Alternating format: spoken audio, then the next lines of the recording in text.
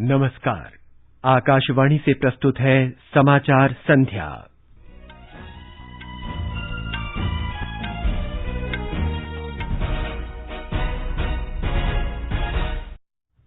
सरकार ने कहा 12 राज्यों और केंद्र शासित प्रदेशों में कोविड संक्रमण में कमी के संकेत। देश में कल 3,38,000 से अधिक मरीज स्वस्थ हुए। प्रधानमंत्री नरेंद्र मोदी ने कोविड टीकों की बर्बादी कम करने के लिए स्वास्थ्य कर्मी और नर्सों की प्रशंसा की। सरकार ने कोविड के इलाज के लिए दवाइयों की उपलब्धता की समीक्षा की।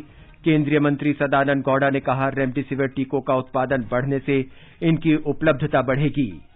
भारतीय रिजर्व बैंक ने देश में कोविड स्वास्थ्य बुनियादी ढांचे और सेवाओं में बढ़ोतरी के लिए 50,000 करोड़ रुपए की तरलता सुविधा का प्रस्ताव किया। मंत्रिमंडल ने प्रधानमंत्री गरीब कल्याण अन्न योजना के अंतर्गत मई और जून में अतिरिक्त खाद्यान्न उपलब्ध कराने का फैसला लिया। आर्थिक मामलों की मंत्रिमंडलीय समिति ने आईडीबीआई बैंक लिमिटेड में रणनीतिक विनिवेश और प्रबंधन नियंत्रण के हस्तांतरण को सैद्धांतिक मंजूरी दी। हिमाचल प्रदेश सरकार ने कोविड संक्रमण बढ़ने के कारण पूरे राज्य में 7 मई से कर्फ्यू लगाने का फैसला किया। तृणमूल कांग्रेस नेता ममता बनर्जी ने लगातार तीसरी बार पश्चिम बंगाल के मुख्यमंत्री के रूप में शपथ ली और डीएमके प्रमुख एमके स्टालिन ने तमिलनाडु सरकार बनाने का दावा पेश किया। समाचार संध्या में दिव्या तोमर के साथ मैं नवीन सक्सेना। कोविड मरीजों की संख्या बढ़ रही है। श्रोताओं से अपील है कि कोई भी कोताही न बरतें। 18 वर्ष से अधिक आयु के सभी लोग निसंकोच टीका लगवाएं। सुरक्षा के 3 आसान उपायों का पालन करें। मास्क पहनें, 2 गज दूरी है जरूरी, सुरक्षित दूरी बनाए रखें, हाथ और मुंह साफ रखें। और अब समाचार विस्तार से। सरकार ने कहा है कि 12 राज्यों और केंद्र शासित प्रदेशों में कोविड संक्रमण में कमी के संकेत मिल रहे हैं। इसमें महाराष्ट्र, उत्तर प्रदेश, छत्तीसगढ़, गुजरात, झारखंड और लद्दाख शामिल हैं। मंत्रालय में संयुक्त सचिव लव अग्रवाल ने बताया कि 12 राज्यों और केंद्र शासित प्रदेशों में वर्तमान समय में 1 लाख से अधिक रोगी हैं। पिछले 24 घंटे में 3,82,315 केस रिपोर्ट हुए हैं। इसी तरह से हम देखते हैं तो हम पाते हैं कि जो डेथ रिपोर्ट हुए हैं उसकी संख्या में भी थोड़ी वृद्धि नोटिस की गई है, जिसमें मुख्यतः महाराष्ट्र, कर्नाटका, आंध्र प्रदेश, दिल्ली और हरियाणा से अधिक केसेस रिपोर्ट हुए हैं। हम एनालाइज करें तो पाते हैं कि अगर एक्टिव केसेस की दृष्टि से देश में जो केसेस आए उनको एनालाइज करें तो 12 स्टेट ऐसी हैं जहां पर कि 1 लाख से अधिक एक्टिव केसेस हैं। 50,000 से 1 लाख एक्टिव केसेस 7 स्टेट्स में हैं और इसी तरह less than 50,000 active cases 17 state में हैं। इनमें भी देखें तो महाराष्ट्र, कर्नाटका, केरला, उत्तर प्रदेश और आंध्र प्रदेश में करीब 1.5 लाख से अधिक एक्टिव केस नोट किए गए हैं। प्रधान वैज्ञानिक सलाहकार के विजय राघवन ने कहा कि कोरोना के वर्तमान स्वरूप में टीके बहुत प्रभावकारी हैं। उन्होंने कहा कि इसके विभिन्न स्वरूप समूचे विश्व और भारत में भी आएंगे जो अधिक संक्रमण फैलाएंगे। श्री राघवन ने कहा कि यह समय सबके लिए मिलजुल कर काम करने का है। Phase 3 is inevitable, given the high levels of circulating virus, but it's not clear on what time scale this phase 3 will occur. Hopefully, incrementally, but we should prepare for new waves. Previous infections and vaccines will cause adaptive pressure on the virus for new kinds of changes which try to escape, and therefore we should be prepared scientifically to take care of that. Bharat और विश्व इस महामारी से बाहर निकलेगा। उन्होंने कहा कि इसे नियंत्रित करने में मास्क और सुरक्षित दूरी बनाए रखना बहुत आवश्यक है। देश में इस समय कोरोना से संक्रमित लोगों की संख्या 34,87,000 से अधिक हो गई है। कल देश में संक्रमण के 3,82,000 से अधिक नए रोगियों का पता चला। इसके साथ ही कोविड के ठीक होने की दर बढ़कर 82.23% हो गई है। कल 3,38,000 लोग कोरोना संक्रमण से स्वस्थ हुए। देश में अब तक 1,69,00,000 से अधिक लोग इस संक्रमण से ठीक हो चुके हैं। कल देश में कोविड से 3,780 लोगों की मृत्यु हुई, जिसे मिलाकर अब तक 2,26,000 से अधिक लोग इस संक्रमण का शिकार हो चुके हैं। देश में अब तक 29,48,00,000 कोविड नमूनों की जांच की जा चुकी है। केंद्र सरकार ने राज्यों और केंद्र शासित प्रदेशों को अब तक कोविड टीके की 17 करोड़ 2 लाख से अधिक खुराक निःशुल्क उपलब्ध कराई है। इनमें से लगभग 16 करोड़ 8 लाख खुराक का इस्तेमाल किया गया है। स्वास्थ्य मंत्रालय ने बताया है कि राज्यों और केंद्र शासित प्रदेशों के पास अब भी टीके की 94,47,000 से अधिक खुराक उपलब्ध हैं। अगले 3 दिनों में टीके की 36 लाख खुराक इन्हें दी जाएगी ताकि टीकाकरण अभियान निरंतर जारी रहे। प्रधानमंत्री नरेंद्र मोदी ने स्वास्थ्य कर्मियों और नर्सों द्वारा कोविड टीकों की बर्बादी को रोकने के उपायों पर प्रसन्नता व्यक्त की है। केरल के मुख्यमंत्री पिनराई विजयन के एक ट्वीट का हवाला देते हुए प्रधानमंत्री ने आज कहा कि इन उपायों से कोविड के खिलाफ लड़ाई मजबूत होगी। केरल के मुख्यमंत्री ने कल कहा था कि राज्य को मिले 73,38,806 टीकों के साथ बर्बादी की संभावना को देखते हुए मिले अतिरिक्त टीकों का भी भरपूर प्रयोग किया गया। रसायन और उर्वरक मंत्री डीवी सदानंद गौड़ा ने कहा कि राज्यों और केंद्र शासित प्रदेशों को पिछले महीने की 21 तारीख तक रेमडेसिविर की 34,50,000 शीशियां आवंटित की गई हैं। उन्होंने कहा कि आने वाले सप्ताहों में इसकी आपूर्ति और बढ़ाने के प्रयास किए जाएंगे। श्री गौड़ा ने रेमडेसिविर की उत्पादन क्षमता प्रति माह 38 लाख शीशियों से बढ़ाकर 1 करोड़ 3 लाख करने के लिए सभी 7 विनिर्माताओं के प्रयासों की सराहना की। श्री गौड़ा ने एक अन्य आवश्यक दवाओं की उपलब्धता की निरंतर निगरानी करने और कालाबाजारी तथा जमाखोरी पर रोक लगाने पर जोर दिया। भारतीय औषध महानियंत्रक डॉक्टर सोमानी ने कालाबाजारी और जमाखोरी के बारे में बताया कि राज्य औषध नियंत्रक को निर्देश दिया गया है कि वो क्षेत्रीय निरीक्षण के लिए राज्य स्तर पर टीमें बनाएं। दवाओं की जमाखोरी और कालाबाजारी करने वालों पर कड़ी कार्रवाई की जा रही है। अमेरिका से 81,000 से अधिक रेमडेसिविर इंजेक्शनों की और एक खेप आज सुबह मुंबई पहुंची। इससे पहले 2 मई को 1,25,000 रेमडेसिविर इंजेक्शनों की एक खेप अमेरिका से पहुंची थी। विदेश मंत्री डॉक्टर एस जयशंकर ने कहा है कि कोविड पूरे विश्व की साझा समस्या है। उन्होंने कहा कि भारत ने अमेरिका, सिंगापुर और यूरोपीय देशों को दवाएं तथा कुछ अन्य देशों को वैक्सीन उपलब्ध कराई है। इस दौर में अन्य देशों से मदद लेने के बारे में डॉक्टर जयशंकर ने कहा कि भारत इस सहायता को मैत्री और सद्भाव मानता है। उन्होंने कहा कि लोग कोविड के दूसरी लहर में कठिन समय से गुजर रहे हैं और लोगों की मदद के लिए हर संभव उपाय करेंगे।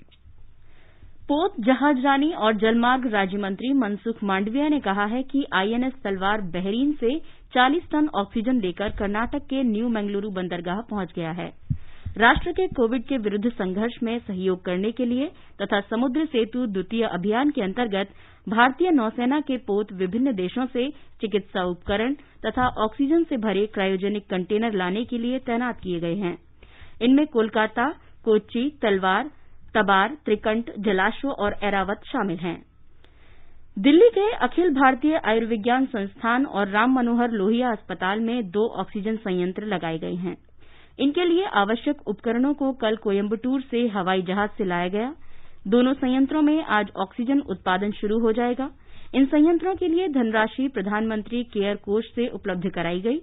देश में 500 ऐसे ऑक्सीजन संयंत्र इस कोष से प्राप्त सहायता से लगाए जा रहे हैं। ये सभी संयंत्र 3 महीने के अंदर स्थापित कर दिए जाएंगे। रेलवे ने अब तक देश के विभिन्न राज्यों को 137 टैंकरों में 2,067 टन तरल मेडिकल ऑक्सीजन पहुंचाई है। रेल मंत्रालय ने कहा है कि 34 ऑक्सीजन एक्सप्रेस के जरिए इस ऑक्सीजन की ढुलाई की गई है। मंत्रालय ने कहा है कि रेलवे विभिन्न राज्यों को लगातार तरल मेडिकल ऑक्सीजन पहुंचाकर उन्हें राहत दे रहा है।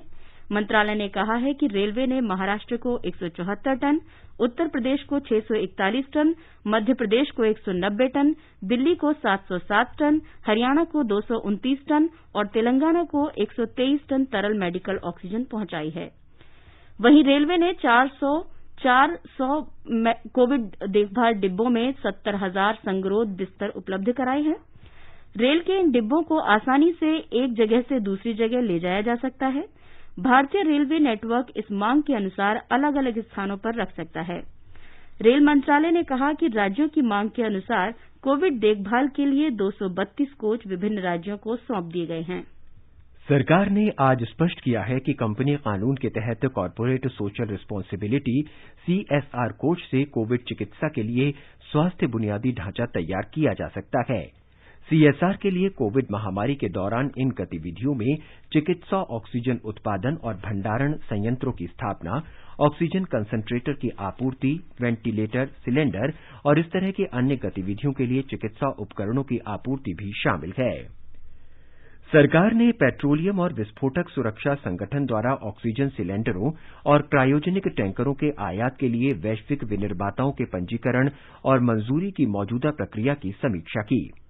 वाणिज्य और उद्योग मंत्रालय ने कहा है कि कोविड महामारी को देखते हुए ये संगठन पंजीकरण और मंजूरी से पहले वैश्विक विनिर्माताओं की उत्पादन इकाइयों का मौके पर जाकर निरीक्षण नहीं करेगा। मंत्रालय ने कहा है कि अब ये मंजूरी ऑनलाइन प्रदान कर दी जाएगी। ये समाचार हमारी वेबसाइट newsonair.com/hindi और हमारे mobile app news on AIR पर भी उपलब्ध हैं। चलो मिलकर एक शुरुआत करें, चलो एक फैसला आज करें, मास्क नहीं तो टोकेंगे, कोरोना को रोकेंगे, चलो एक इरादा करते हैं, चलो कुछ वादा करते हैं, मास्क नहीं तो टोकेंगे, कोरोना को रोकेंगे। समाचार संध्या में आपका फिर स्वागत है। गृह मंत्रालय ने राज्य और केंद्र शासित प्रदेशों से ऐसी कार्य योजना तैयार करने को कहा है जिससे सरकारी और निजी अस्पतालों, विशेष रूप से कोविड स्वास्थ्य केंद्रों में आग से जुड़ी कोई भी घटना न होने पाए। गृह सचिव ने राज्यों और केंद्र शासित प्रदेशों को स्वास्थ्य, बिजली और अग्निशमन के अधिकारियों के साथ इस संबंध में समीक्षा करने को कहा है। पत्र में कहा गया है कि इंटरनल वायरिंग और सुरक्षा उपकरणों की उपलब्धता की जांच के लिए फील्ड लेवल के अधिकारी स्वास्थ्य केंद्रों का दौरा करें। किसी तरह की कमी पाए जाने पर तुरंत आवश्यक निवारक उपाय किए जाएं। महाराष्ट्र के चिकित्सा शिक्षा मंत्री अमित देशमुख ने कहा है कि राष्ट्रीय सुरक्षा परिषद राज्य के सभी 22 राजकीय चिकित्सा महाविद्यालयों और अस्पतालों की सुरक्षा जांच करेगी। श्री देशमुख ने कहा कि पिछले कुछ महीनों में हुए सभी हादसों को ध्यान में रखते हुए ये जरूरी है कि सुरक्षा का मुआयना किया जाए और इसे जल्दी से जल्दी शुरू किया जाए। थल सेना ने इन खबरों का खंडन किया है कि उसकी चिकित्सीय सुविधाओं को देश के विभिन्न अस्पतालों में उपलब्ध कराने से उसका सुरक्षा अभियान प्रभावित हुआ है। थल सेना ने कहा है कि चिकित्सीय सुविधाओं को उपलब्ध कराने का फैसला सर्वोच्च स्तर पर किया गया। थल सेना ने यह स्पष्ट किया कि देश की उत्तरी और पश्चिमी सीमाओं पर उसकी सुरक्षा तैयारियों में कोई कमी नहीं आई है। हिमाचल प्रदेश में कोविड संक्रमण बढ़ने के कारण राज्य सरकार ने शुक्रवार से पूरे राज्य में कर्फ्यू लगाने का फैसला किया है।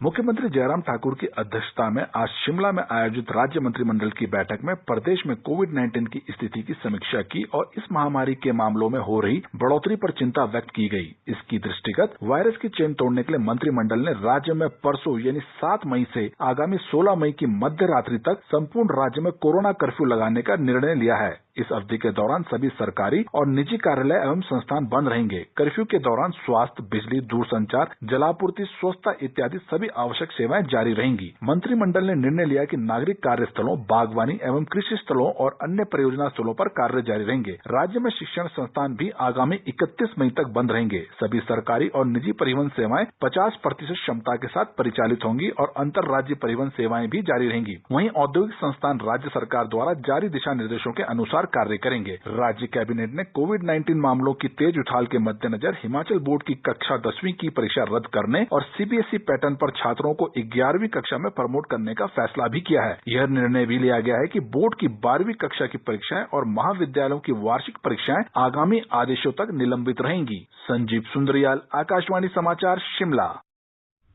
बिहार के मुख्यमंत्री नीतीश कुमार ने राज्य में लॉकडाउन के दौरान लोगों से कोविड दिशा निर्देशों का पालन करने की अपील की है। राज्य सरकार ने बिहार में कोरोना वायरस का प्रकोप रोकने के लिए 15 मई तक लॉकडाउन लगा दिया है। उन्होंने लोगों से महामारी को देखते हुए विवाह समारोह को टालने की अपील की है। मेघालय में कोविड संक्रमण में वृद्धि को देखते हुए मेघालय सरकार ने आज रात 8 बजे से राज्य के पूर्वी खासी हिल्स जिले में 10 मई तक और अन्य जिलों में सप्ताह अंत लॉकडाउन लगाने का फैसला किया है। राज्य के अन्य जिलों की तुलना में पूर्वी खासी हिल्स जिले में संक्रमण की दर 12% पहुंच गई है। असम सरकार ने कोरोना महामारी को देखते हुए राज्य भर में कल से अगले आदेश तक सभी शिक्षण संस्थान बंद करने का फैसला किया है। कोचिंग संस्थान और छात्रावास भी इस अवधि में बंद रहेंगे, हालांकि ऑनलाइन शिक्षण गतिविधियां चालू रहेंगी। उत्तर प्रदेश की राजधानी लखनऊ में आज से 500 बिस्तर वाले अस्पताल ने कोविड रोगियों के लिए काम करना शुरू कर दिया है। अटल बिहारी वाजपेयी कोविड अस्पताल का उद्घाटन मुख्यमंत्री योगी आदित्यनाथ ने किया था।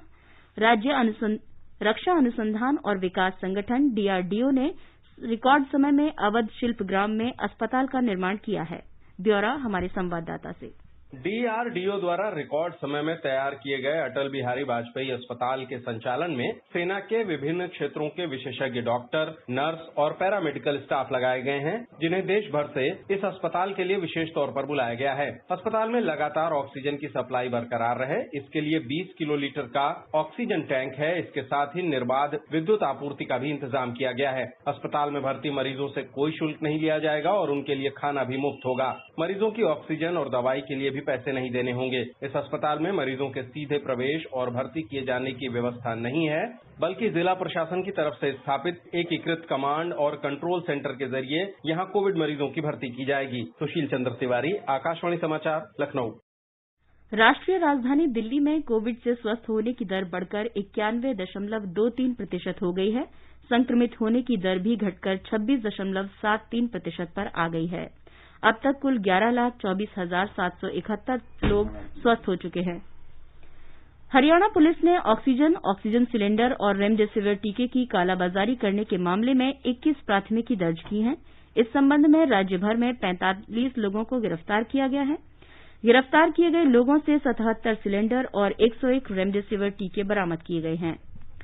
तमिलनाडु के द्रविड़ मुनेत्र कड़गम डीएमके के नेता और निर्वाचित मुख्यमंत्री एमके स्टालिन ने राज्य में कोविड की स्थिति से निपटने के लिए मुख्य सचिव को तत्काल वॉर रूम स्थापित करने का निर्देश दिया है।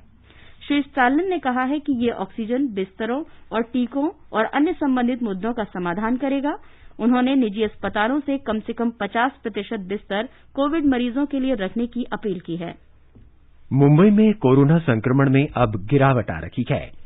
इनकी संख्या प्रतिदिन 8,000 से 11,000 तक पहुंचने के बाद गिरकर लगभग 2,500 पर आ गई है। ठीक होने वाले रोगियों की संख्या भी बढ़ रही है। प्रतिदिन लगभग 5 से 5,500 लोग संक्रमण मुक्त हो रहे हैं। पश्चिम बंगाल की मुख्यमंत्री ममता बनर्जी ने राज्य में कोरोना महामारी के मद्देनजर कल से लोकल रेल सेवाओं का परिचालन निलंबित करने की घोषणा की है। इस बीच मेट्रो रेल सेवा और पश्चिम बंगाल सरकारी परिवहन सेवा 50% क्षमता के साथ जारी रहेगी। मुख्यमंत्री ने राज्य भर में संक्रमण रोकने के लिए लॉकडाउन जैसी पाबंदियों की घोषणा की। शॉपिंग कॉम्प्लेक्स, बाजार, जिम, सिनेमा हॉल और ब्यूटी पार्लर बंद रहेंगे।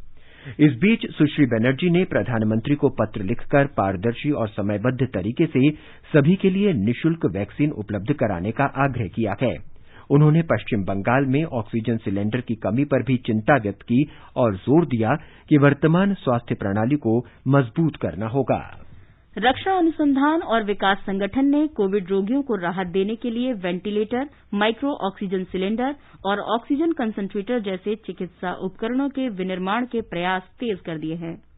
आकाशवाणी समाचार के साथ विशेष संस्था के अध्यक्ष डॉक्टर जी सतीश रेड्डी ने कहा कि संगठन लगातार घरेलू जरूरतों के लिए 1,50,000 मिनी ऑक्सीजन सिलेंडरों का उत्पादन में लगा हुआ है। उन्होंने बताया कि ये माइक्रो सिलेंडर अगले सप्ताह तक किफायती कीमतों पर उपलब्ध हो जाएंगे। It is actually the manual regulator costs anything between 10 to 13,000 rupees, and the automatic electronic control based system will cost about 30,000 rupees. So the first one is very affordable configuration. Shri Reddy ने बताया कि Bharat electronics limited 5,000 oxygen concentrator का निर्माण कर रहा है। ये अगले महीने से मिलने लगेंगे। श्री रेड्डी ने कहा कि संगठन ने अस्पतालों में ऑक्सीजन संयंत्र स्थापित करना शुरू कर दिया है। श्री रेड्डी ने बताया कि आगामी 3 महीनों में 500 से अधिक ऑक्सीजन संयंत्र स्थापित करने पर काम किया जा रहा है। उन्होंने बताया कि संगठन देश के विभिन्न हिस्सों में कई कोविड विशिष्ट अस्पतालों की स्थापना कर रहा है ताकि रोगियों को बेहतर चिकित्सा सुविधाएं प्रदान की जा सकें। The first plants have already rolled out, and the first two plants have already landed in Delhi yesterday. They've started installing those equipment in All India Institute of Medical Sciences and RML, and by tomorrow they should be operational. And so now onwards is a continuous process. We start increasing these numbers and going to various states and providing the facilities there. Doctor Reddy के साथ ये पूरा साक्षात्कार आज spotlight कार्यक्रम में प्रसारित किया जाएगा। ये कार्यक्रम FM गोल्ड चैनल और अतिरिक्त मीटरों पर रात 9:15 बजे से सुना जा सकता है। नई दिल्ली के अखिल भारतीय आयुर्विज्ञान संस्थान के निदेशक डॉक्टर रणदीप गुलेरिया ने कहा है कि ऑक्सीजन का प्रयोग दवा के तौर पर करना चाहिए। इससे अत्यधिक प्रयोग से बुरा प्रभाव हो सकता है। We must also understand that oxygen, like a drug, also has oxygen toxicity. Giving very high oxygen at 100%, especially when we are using a high-flow nasal cannula and giving 100% oxygen, we should keep in mind that over a period of time, you may have features of oxygen toxicity. It can cause atelectasis in the lung. It can have systemic effects both in the eye and other organs. Therefore, we must be aware of oxygen toxicity because the basic principle in medicine is do no harm. So that is also very, very important. Shri Guleria ने कहा कि oxygen concentrator और oxygen cylinder का इस्तेमाल स्वास्थ्य देखभाल विशेषज्ञों की सलाह पर ही करना चाहिए। इसका इस्तेमाल तभी करना चाहिए जब मरीज का ऑक्सीजन स्तर 94 से नीचे चला गया हो। रणदीप गुलेरिया ने यह भी कहा कि कोरोना का हल्का संक्रमण होने पर पहले 5 दिन में स्टेरॉयड लेना नुकसानदेह हो सकता है। उन्होंने कहा कि स्टेरॉयड संक्रमण बढ़ने पर ही लिया जाना चाहिए। डॉक्टर गुलेरिया ने सलाह दी कि शुरुआत में स्टेरॉयड का इस्तेमाल नहीं करना चाहिए। उन्होंने ये भी कहा कि हल्के संक्रमण में स्टेरॉयड का अधिक मात्रा में सेवन करने से गंभीर वायरल निमोनिया हो सकता है। आगे बढ़ने से पहले मुख्य समाचारों पर एक नजर। सरकार ने कहा 12 राज्यों और केंद्र शासित प्रदेशों में कोविड संक्रमण में कमी के संकेत। देश में कल 3,38,000 से अधिक मरीज स्वस्थ हुए। प्रधानमंत्री नरेंद्र मोदी ने कोविड टीकों की बर्बादी कम करने के लिए स्वास्थ्य कर्मियों और नर्सों की प्रशंसा की। सरकार ने कोविड के इलाज के लिए दवाइयों की उपलब्धता की समीक्षा की। केंद्रीय मंत्री सदानंद गौड़ा ने कहा, रेमडेसिविर टीके का उत्पादन बढ़ने से इनकी उपलब्धता बढ़ेगी। भारतीय रिजर्व बैंक ने देश में कोविड स्वास्थ्य बुनियादी ढांचे और सेवाओं में बढ़ोतरी के लिए 50,000 करोड़ रुपए की तरलता सुविधा का प्रस्ताव किया। मंत्रिमंडल ने प्रधानमंत्री गरीब कल्याण अन्न योजना के अंतर्गत मई और जून में अतिरिक्त खाद्यान्न उपलब्ध कराने का फैसला लिया। आर्थिक मामलों की मंत्रिमंडलीय समिति ने आईडीबीआई बैंक लिमिटेड में रणनीतिक विनिवेश और प्रबंधन नियंत्रण के हस्तांतरण को सैद्धांतिक मंजूरी दी। हिमाचल प्रदेश सरकार ने कोविड संक्रमण बढ़ने के कारण पूरे राज्य में 7 मई से कर्फ्यू लगाने का फैसला किया। तृणमूल कांग्रेस नेता ममता बनर्जी ने लगातार तीसरी बार पश्चिम बंगाल के मुख्यमंत्री के रूप में शपथ ली और डीएमके प्रमुख एमके स्टालिन ने तमिलनाडु में सरकार बनाने का दावा पेश किया। भारतीय रिजर्व बैंक के गवर्नर शक्तिकांत दास ने कहा कि आर्थिक स्थिति और वित्तीय बाजार की स्थिति के निरंतर मूल्यांकन के आधार पर आपातकालीन स्वास्थ्य सेवाओं तक पहुंच आसान बनाने के लिए 50,000 करोड़ रुपए की सावधि तरलता सुविधा का प्रस्ताव किया गया है। देश में कोविड संबंधी स्वास्थ्य सुविधाओं में तेजी लाने के लिए मौजूदा रेपो दर पर 3 साल तक के लिए 50,000 करोड़ रुपए के कर्ज भी उपलब्ध कराए जाएंगे।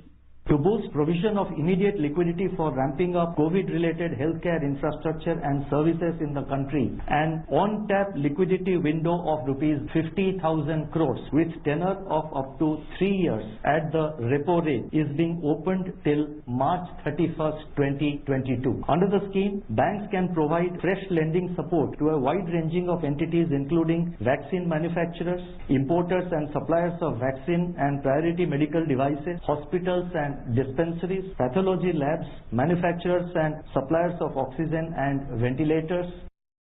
श्री दास ने कहा कि इस योजना के अंतर्गत बैंक वैक्सीन उत्पादकों समेत अन्य संस्थाओं को ऋण सहायता प्रदान कर सकते हैं। ये ऋण सहायता टीके और प्राथमिकता वाले चिकित्सा उपकरणों के आयातकों और आपूर्तिकर्ताओं, अस्पतालों, जांच प्रयोगशालाओं, ऑक्सीजन और वेंटिलेटर के निर्माताओं और आपूर्तिकर्ताओं तथा टीके और कोविड संबंधी दवाओं के आयातकों को भी उपलब्ध होगी। प्रधानमंत्री की अध्यक्षता में आज मंत्रिमंडल की बैठक में प्रधानमंत्री गरीब कल्याण अन्न योजना के अंतर्गत मई और जून में अतिरिक्त खाद्यान्न उपलब्ध कराने का फैसला लिया गया। इसी के साथ सरकार के पिछले महीने इस संबंध में लिए गए फैसले को मंजूरी दी गई। योजना के तहत करीब 80 करोड़ लाभार्थियों को 5 किलोग्राम गेहूं या चावल प्रतिमाह उपलब्ध कराया जाएगा। इस योजना पर करीब 26,000 करोड़ रुपए खर्च होंगे। आर्थिक मामलों की मंत्रिमंडलीय समिति ने आज आईडीबीआई बैंक लिमिटेड में रणनीतिक विनिवेश और प्रबंधन नियंत्रण के हस्तांतरण को सैद्धांतिक मंजूरी दे दी। फिलहाल एलआईसी आईडीबीआई बैंक का प्रमोटर है। भारत सरकार और एलआईसी की आईडीबीआई बैंक में 94% से अधिक हिस्सेदारी है। पश्चिम बंगाल में तृणमूल कांग्रेस प्रमुख ममता बनर्जी ने आज लगातार तीसरी बार राज्य के मुख्यमंत्री के रूप में शपथ ली। नवनिर्वाचित विधायकों का शपथ ग्रहण कल और शुक्रवार को 2 चरणों में विधानसभा भवन में होगा। प्रधानमंत्री नरेंद्र मोदी ने ममता बनर्जी को बधाई दी है। दिल्ली की पूर्व मुख्यमंत्री स्वर्गीय शीला दीक्षित के बाद सुश्री बनर्जी लगातार 3 बार किसी भी राज्य की मुख्यमंत्री के रूप में शपथ लेने वाली देश की दूसरी महिला बन गई हैं। पश्चिम बंगाल में विधानसभा चुनावों के परिणाम आने के बाद तृणमूल कांग्रेस कार्यकर्ताओं की बड़े पैमाने पर हिंसा के विरोध में भारतीय जनता पार्टी आज राष्ट्रव्यापी धरना दिया। भाजपा अध्यक्ष जेपी नड्डा हिंसा पीड़ित कार्यकर्ताओं को मिलने के लिए 2 दिन की पश्चिम बंगाल यात्रा पर हैं। श्री नड्डा मारे गए कार्यकर्ताओं के घर पर गए और उनके परिजनों से मिले। उन्होंने कहा कि पूरी पार्टी प्रभावित कार्यकर्ताओं के साथ खड़ी है और लोकतांत्रिक ढंग से इस हिंसा का मुकाबला करेगी। जैसे जैसे नतीजे आए वैसे वैसे यहाँ पर एक तरीके से राजनीतिक हिंसा का तांडव हमको देखने को मिला। मैं गया हूँ उन घरों में जहाँ हमारे कार्यकर्ताओं पर अटैक हुआ है। मैं मिला हूँ उन लोगों से, उन परिवारों से जो हमारे कार्यकर्ता शहीद हुए हैं।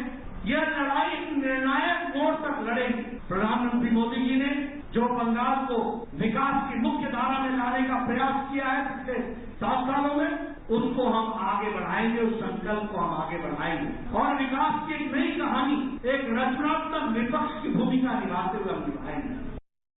असम के मुख्यमंत्री सर्बानंद सोनोवाल ने राज्य के मुख्य सचिव और पुलिस महानिदेशक को पश्चिम बंगाल में चुनाव बाद हिंसा के कारण असम आने वाले लोगों को भोजन और आश्रय उपलब्ध कराने का निर्देश दिया है। श्री सोनोवाल ने कहा है कि अब तक ऐसे सैकड़ों लोग असम आ चुके हैं। डीएमके पार्टी के प्रमुख एमके स्टालिन ने आज राज्यपाल बनवारी लाल पुरोहित से मुलाकात की और राज्य सरकार बनाने का दावा पेश किया। स्टालिन ने हाल ही में नवनिर्वाचित 133 विधायकों के समर्थन का पत्र राज्यपाल को सौंपा। डीएमके शुक्रवार को राज्य में नई सरकार बनाने के लिए तैयार है।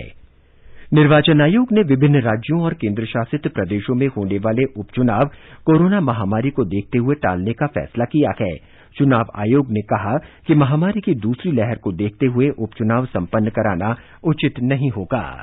बंबई शेयर बाजार का सेंसेक्स 424 अंकों की बढ़त के साथ 48,678 पर बंद हुआ। नेशनल स्टॉक एक्सचेंज का निफ्टी 121 अंक की बढ़त के साथ 14,618 पर बंद हुआ। अंतर्राष्ट्रीय क्रिकेट काउंसिल आईसीसी की ताजा टेस्ट बल्लेबाजी रैंकिंग में शीर्ष 10 में कप्तान विराट कोहली समेत 3 भारतीय खिलाड़ी शामिल हैं। विराट कोहली 5वें स्थान पर बरकरार हैं। ऋषभ पंत और रोहित शर्मा को एक स्थान का फायदा हुआ और वे संयुक्त रूप से 6ठे स्थान पर पहुंच गए हैं। पंत की ये सर्वश्रेष्ठ टेस्ट रैंकिंग है। अंत में मुख्य समाचार एक बार फिर। सरकार ने कहा 12 राज्यों और केंद्र शासित प्रदेशों में कोविड संक्रमण में कमी के संकेत। देश में कल 3,38,000 से अधिक मरीज स्वस्थ हुए। प्रधानमंत्री नरेंद्र मोदी ने कोविड टीकों की बर्बादी कम करने के लिए स्वास्थ्य कर्मियों और नर्सों की प्रशंसा की। सरकार ने कोविड के इलाज के लिए दवाइयों की उपलब्धता की समीक्षा की।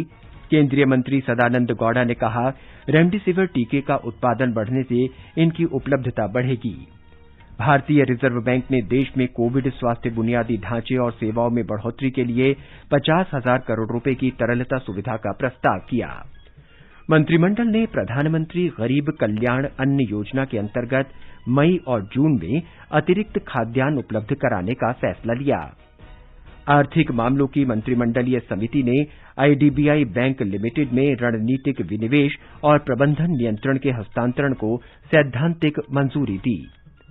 हिमाचल प्रदेश सरकार ने कोविड संक्रमण बढ़ने के कारण पूरे राज्य में 7 मई से कर्फ्यू लगाने का फैसला किया। तृणमूल कांग्रेस नेता ममता बनर्जी ने लगातार तीसरी बार पश्चिम बंगाल के मुख्यमंत्री के रूप में शपथ ली और डीएमके प्रमुख एमके स्टालिन ने तमिलनाडु में सरकार बनाने का दावा पेश किया। इसके साथ ही समाचार संध्या का ये अंक समाप्त हुआ। नमस्कार।